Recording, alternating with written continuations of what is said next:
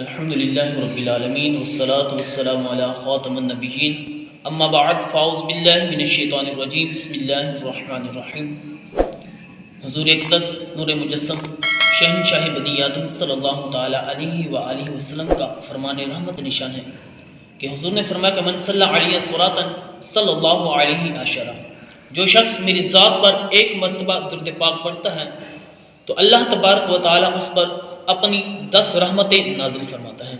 صلو علی الحبیب صلی اللہ تعالی علی محمد صلی اللہ تعالی علیہ وآلہ وسلم۔ آج ہماری گفتگو کا جو ٹاپک ہے وہ روزے کے متعلق ہے۔ عوام الناس اکثر سوالات کرتی ہے کہ اس چیز سے روزہ ٹوٹ جائے گا یا نہیں ٹوٹے گا۔ اکثر عوام ان چیزوں کا ان مسائل کے شکار رہتی ہے۔ پہلا یہ ہے کہ سوال ہوتا ہے الٹی آنے سے روزہ ٹوٹ جاتا ہے یا نہیں ٹوٹتا۔ از خود یعنی کہ خود بخود کتنی ہی الٹی آئے روزہ نہیں ٹوٹے گا، البتہ خود جان بوجھ کر مثلا انگلی وغیرہ منہ میں ڈال کر کہہ کی یعنی الٹی کر لی اور وہ منہ بھر ہو تو روزہ ٹوٹ جائے گا، جبکہ روزہ دار ہونا یاد ہو۔ منہ بھر سے یہ مراد ہے کہ آپ کو الٹی آئی، آپ اتنی الٹی آئی کہ آپ منہ بند نہ کر سکے۔ دوسرا سوال یہ ہوتا ہے کہ حالت روزہ میں احتلام ہو جائے روزہ ٹوٹ جائے گا یا نہیں ٹوٹے گا۔ حالت روزہ کے اندر احتلام سے روزہ نہیں ٹوٹے گا۔ اور بعض اوقات یہ بھی سوال ہوتا رہتا ہے کہ اگر رات کو سوتے ہوئے احتلام ہو جائے کیا ہم سحری کر سکتے ہیں یا نہیں کر سکتے۔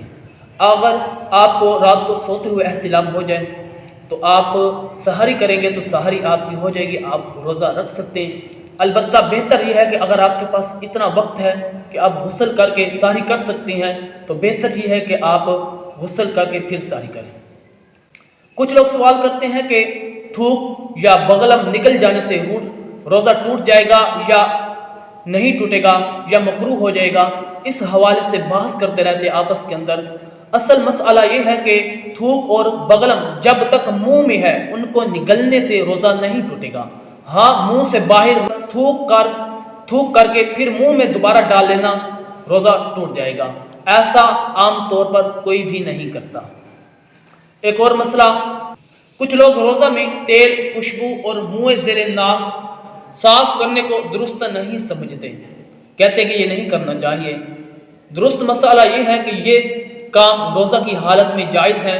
سرما لگانے سے روزہ نہیں ٹوٹے گا، ٹھیک ہے، اور تیل لگانے سے بھی روزہ نہیں ٹوٹے گا، خوشبو لگانے سے بھی روزہ نہیں ٹوٹے گا، منہ زیر ناف بال صاف کرنے سے بھی روزہ نہیں ٹوٹے گا۔ سوال کرتے ہیں کہ حالت روزہ میں مسواک نہیں کی جا سکتی۔ سوال کیا جاتا ہے، اعتراض کیا جاتا ہے۔ درست مسئلہ یہ ہے کہ حالت روزہ میں مسواک کی جا سکتی ہے، البتہ یہ احتیاط رکھی جائے کہ ریشے حلق میں نہ جائیں۔ اتنا احتیاط کیا جائے کہ جو ریشے ٹوٹنے ہیں مسواک کے یہ حلق کے اندر نہ جائیں۔ اگر حلق کے اندر چلے گئے پھر روزہ ٹوٹ جائے گا۔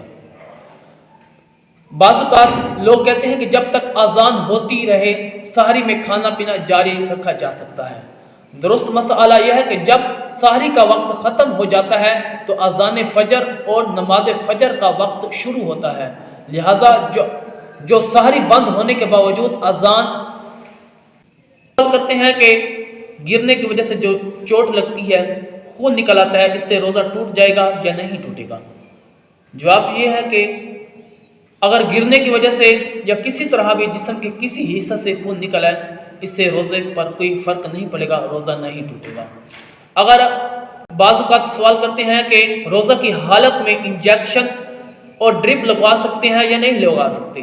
درست مسئلہ یہ ہے کہ حالت روزہ کے اندر انجیکشن بھی لگوا سکتے ہیں اور ڈرپ بھی لگوا سکتے ہیں۔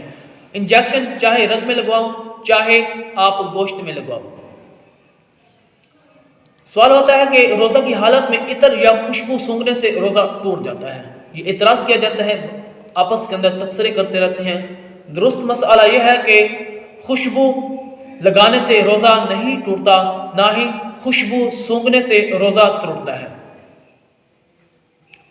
اور بعض اوقات ایسا بھی ہوتا ہے کہ حلق کے اندر دھواں چلا جاتا ہے، مٹی کا غبار چلا جاتا ہے، اور لوگ جو چکی پر ہوتے ہیں اس کا غبار حلق کے اندر چلا جاتا ہے۔ اگر وہ خود بخود کرے گا ایسا معاملہ، یعنی کہ وہاں خود ہی دھواں اندر کھینچے گا، اس حالت میں روزہ ٹوٹ جائے گا۔ ہاں البتہ اگر چکی ہے، وہاں پر چکی کا غبار اندر چلا جاتا ہے، اگر سڑک پر جا رہا ہے مٹی اندر چلی جاتی ہے، اس صورت میں روزہ نہیں ٹوٹے گا۔